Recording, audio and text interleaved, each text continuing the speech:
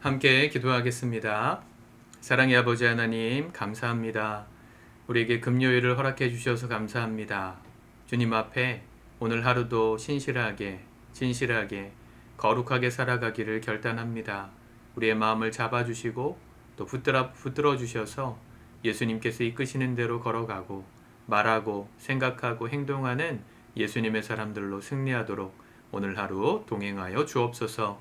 예수님의 이름으로 기도드립니다. 아멘. 찬송가 482장 찬양하시겠습니다.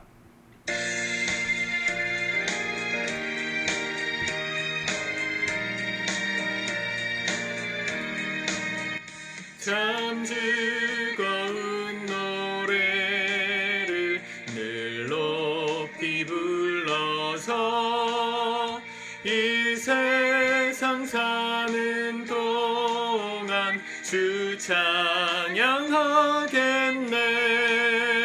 복 주실 산에 올라 멀리 바라보니 나 건너갈 요단강 뚜렷이 보이네.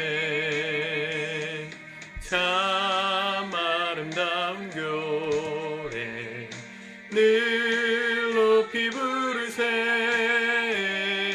하늘의 소망 주신 주 찬양하여라. 참 아름다운 노래 다 함께 부르세. 하늘의 기쁨 주신 주 찬양하여라. 참 즐거운 노래를 늘 높이 불러서 내 영혼 구원하신 주 찬양하겠네. 땅 위의 성도들이 부르는 노래에 참 그 하늘의 전사들 다 화답하겠네. 참 아름다운 교래 늘 높이 부르세. 하늘의 소망 주신 주 찬양하여라. 참 아름다운 노래 다 함께 부르세. 하늘의 기쁨 주신 주 찬양하여라.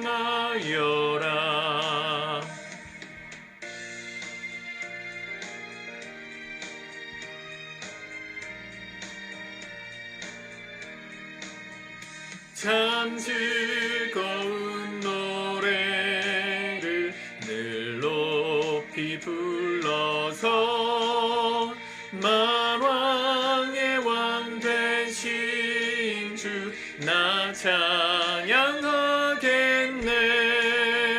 거룩한 하늘 노래 들려올 그때에 참 그립던 주님을 한가히 대하리. 참 아름다운 노래 늘 높이 부르세.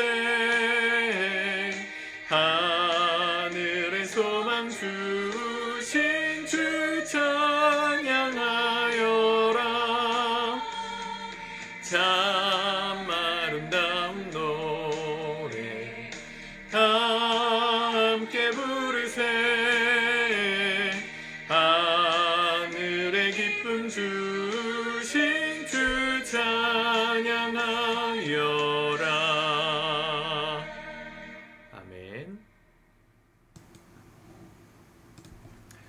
오늘 하나님 말씀은 요한계시록 21장 1절에서 8절까지의 말씀입니다. 같이 읽고 묵상하겠습니다. 21장.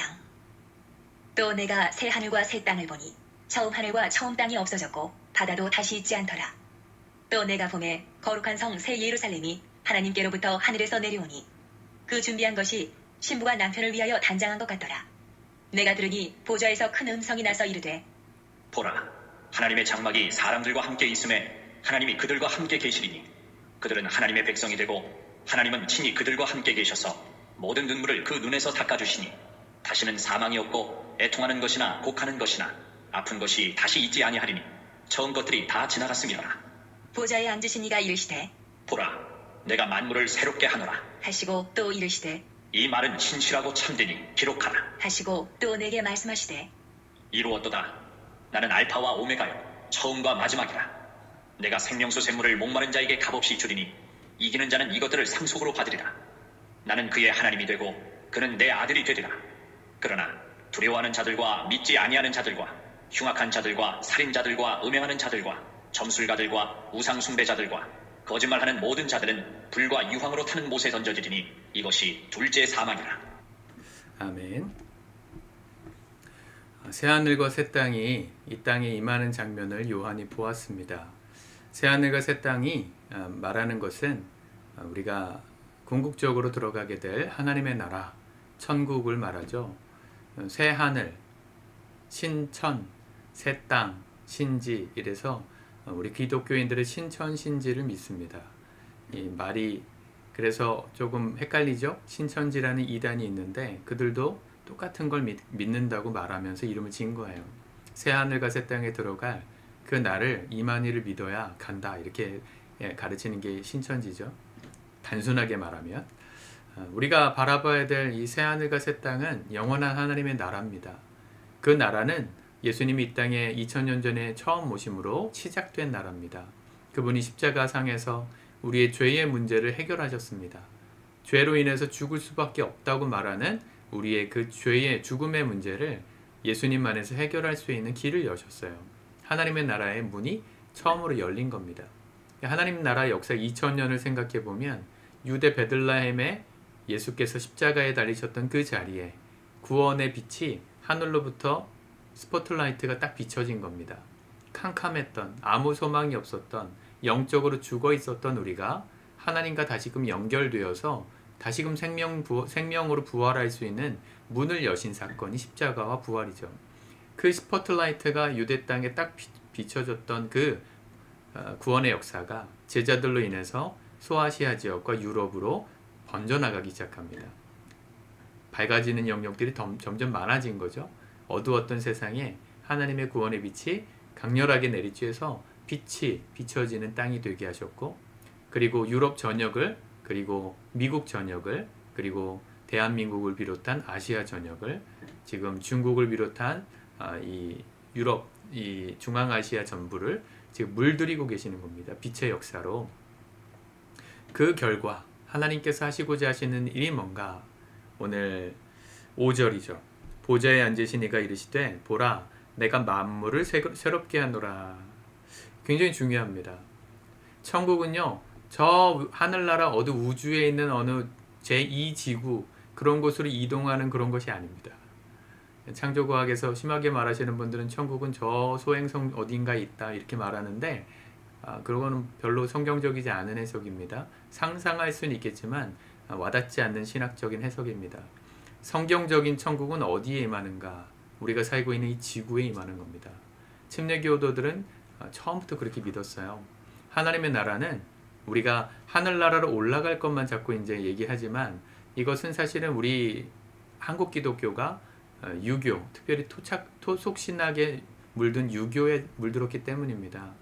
대한민국 이 조선 땅, 고려 땅, 우리나라 선조들은요, 염라대왕을 믿었거든요. 토속신앙으로.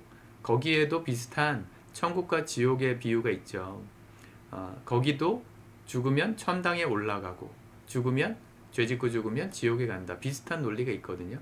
근데 그런 걸 생각하다 보니까 자꾸 죽고 가는 천국이 어딘가로 올라간다 생각하는데 우리가 나중에 예수님의 다시 오심과 더불어 우리가 다시 부활해서 살게 되면 이 지구가 하나님의 나라로 변하는 거예요. 하나님이 만드셨던 처음 그 세상, 에덴의 모습이 지금은 없습니다. 죄로 인해서 심판받은 이 땅은 에덴의 모습이 아니에요. 하나님이 처음 만드셨던 그 에덴의 형상을 새롭게 하시는 날이 바로 하나님의 나라가 완성되는 날입니다.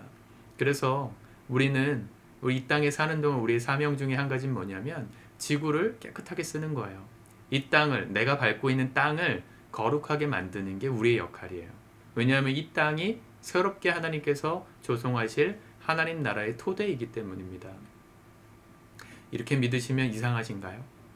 우리가 사는 지구를 왜 우리가 아껴야 되죠? 왜 물을 아끼고 쓰레기를 분리수거하고 왜 일회용품을 덜 쓰고 왜 그래야 되는 거죠? 이 땅이 하나님의 나라라고 우리 믿기 때문입니다. 말씀에 딱 그렇게 돼 있잖아요. 2절에 보세요. 1절부터 볼까요? 또 내가 새 하늘과 새 땅을 보니, 천국이죠. 처음 하늘과 처음 땅이 없어졌고, 자, 이걸 여기까지만 생각하면 지구가 없어지는 것 같잖아요. 그렇지 않습니다. 바다도 없어지는 것 같지 않고요. 2절에 보면 그 거룩한 성 새 예루살렘이 하나님께로부터 하늘에서 내려온다 그랬어요. 하늘에서 이 땅 어디로 내려오겠어요? 지구로 내려오겠죠. 이 땅에 내려와서 이 땅을 새롭게 하시는 역사가 일어난다. 만약 그게 아니라면 만물을 새롭게 하노라 이런 말씀을 하시면 안 돼요.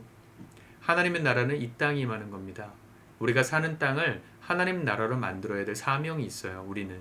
우리가 밟는 땅을 여러분들의 영업장으로만 쓰지 마시고, 여러분들이 누리는 쾌락의 장으로만 쓰지 마시고, 놀러가는 휴가지로만 쓰지 마시고 하나님의 나라로 만드는데 우리 그리스도인들은 집중해야 하는 겁니다.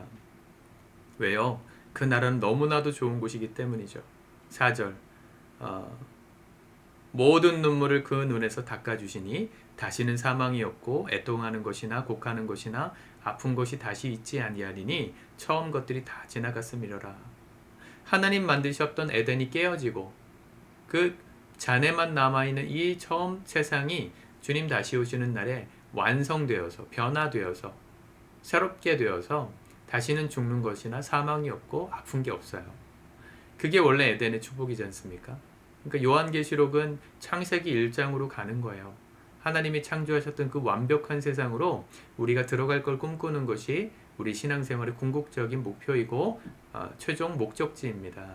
예수님 믿는다는 건 황홀한 거예요. 정말 좋은 게 있으면 옛날 게 기억이 안 나는 거죠. 저도 요즘 차를 막 알아보다 보니까 차 트림을 막 비교하고 옵션을 막 비교하다 보니까 이게 좋은 걸 보면요, 눈이 한도 끝도 없이 높아져가지고 계속 좋은 것만 보여요. 처음부터 좋은 차를 타셨던 분들은 작은 차로 못 돌아간다 이런 말들을 하시는데 왜 그런지 알겠어요.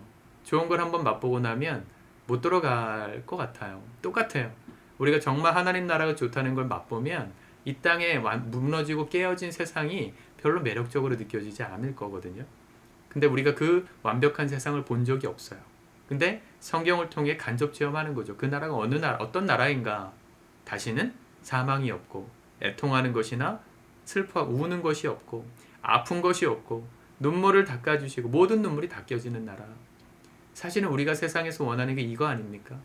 자식이 좀 속 안 썩였으면 좋겠고, 부부 사이에 좀 행복했으면 좋겠고, 재정 걱정 안 했으면 좋겠고, 건강 걱정 안 했으면 좋겠고, 그런 거 아니에요? 그런데 우리가 이 땅에서 그러지 못하는 것은 여기는 하나님의 나라가 아니거든요. 이 불완전한 세상보다 더 완전하신 하나님 나라에 대한 눈이 열리면 돌아가고 싶지 않습니다. 이 땅으로. 미련이 없이 버릴 수 있어요.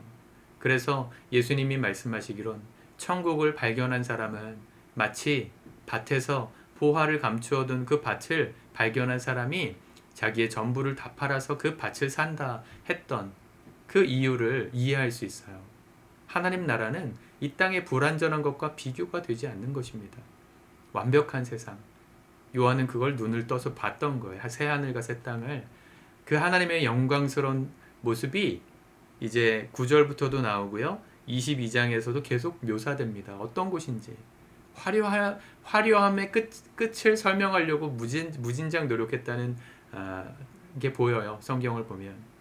더 이상 아름답다고 설명할 수 없을 만큼 자세하게 설명하려다 보니까 우리가 이해할 수 있는 수준의 뭐 금, 보석, 황금길 이런 거로 장식된 걸로 말했지만 그거보다 훨씬 좋은 상상할 수 없는 완벽한 세상이 예비되어져 있습니다. 마치 어떻게? 2절에 보면 그 준비한 것이 신부가 남편을 위하여 단장한 것처럼 신부가 남편을 위하여 또 신랑이 신부를 위하여 결혼식 준비하는 그 모습은 어때요? 최고의 것을 준비해 준다는 거죠. 가장 아름답게. 그리고 3절에 보세요. 참 위로가 되는 말씀이죠. 내가 들으니 보좌에서 큰 음성이 나서 이르되 보라 하나님의 장막이 사람들과 함께 있음에 하나님이 그들과 함께 계시리니. 불가능한 이야기였습니다. 출애굽 당시에 하나님께서 시내산에서 모세를 만나시고 율법을 주셨죠. 그 하나님이 사실은 하늘에 계셨던 그 하나님이 시내산까지 내려오신 거예요. 백성들을 만나려고.